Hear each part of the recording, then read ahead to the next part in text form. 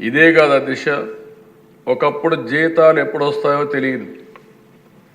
ఉద్యోగస్తులకి ముసలి వాళ్ళకి పింఛన్లు ఇవ్వలేని పరిస్థితి.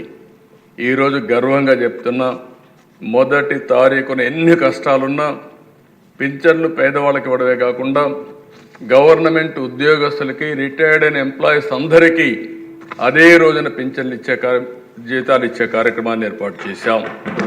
అది ఈ ప్రభుత్వం సాధించిన విజయం అని చెప్పి కూడా నేను మీకు తెలియజేస్తున్నా. అధ్యక్ష, ఒకసారి బాధేస్తుంది. ప్రభుత్వం యొక్క మానవత్వాన్ని అద్దం పడుతుంది. అన్నా క్యాంటీన్ వీళ్ళు ఏమీ చేయక్కర్లేదు.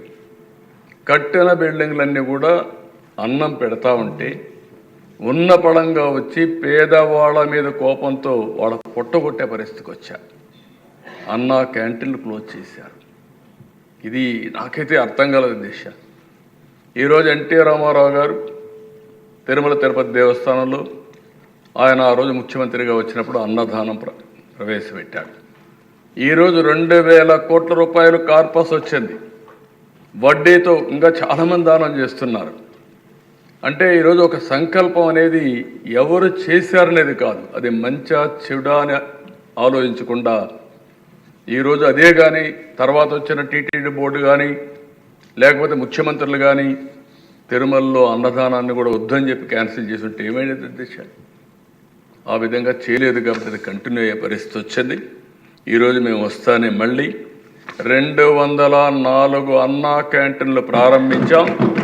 ప్రతి నియోజకవర్గంలో అన్నా క్యాంటీన్లు పెట్టి తద్వారా పేదవాళ్ళందరినీ ఆదుకునే కార్యక్రమానికి శ్రీకారం చుడతాం. ఇది ఈ ప్రభుత్వం యొక్క కమిట్మెంట్ అని చెప్పి కూడా నేను మీకు తెలియజేస్తున్నా.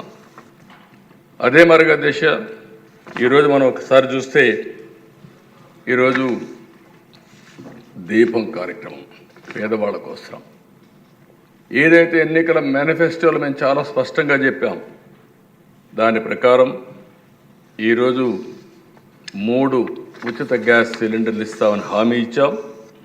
ఇప్పటికే 1 రిలీజ్ చేశాం, 3 కూడా ఇచ్చేదానికి సిద్ధపడ్డాం. ఈరోజు మీరు చూస్తే 48 అవర్స్లో వాళ్ళు కట్టిన తర్వాత తిరిగి వాళ్ళకి డబ్బులన్నీ కూడా రీపే చేస్తున్నాం.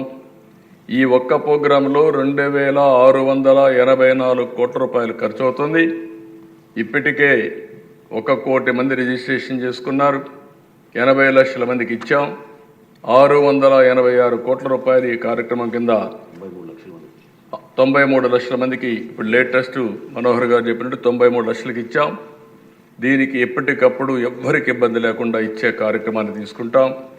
దీపం పెట్టింది నేను మొట్టమొదటిసారి ముఖ్యమంత్రిగా వచ్చినప్పుడు పెట్టాం అధ్యక్ష, సమైక్య ఆంధ్రప్రదేశ్లో.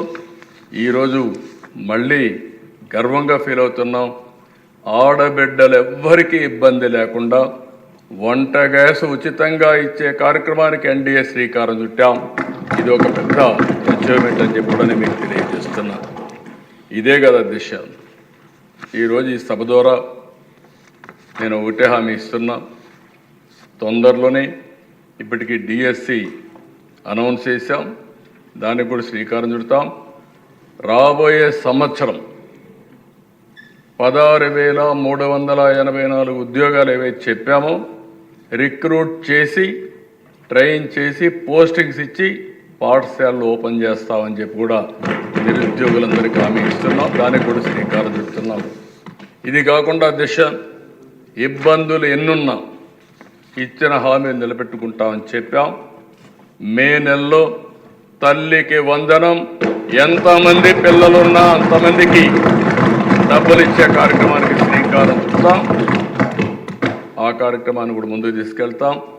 ఇంకో పక్కన రైతు భరోసా ఏదైతే చెప్పామో next installment government of India ఇస్తుంది. దాంతో జమ చేసి 3 ఇన్స్టాల్మెంట్స్లో ప్రతి ఒక్క రైతుకు కూడా రైతు భరోసా కింద 20,000 చెప్పాం, దాన్ని ఫుల్ఫిల్ చేస్తామని చెప్పి కూడా నేను మీకు తెలియజేసుకుంటున్నాను.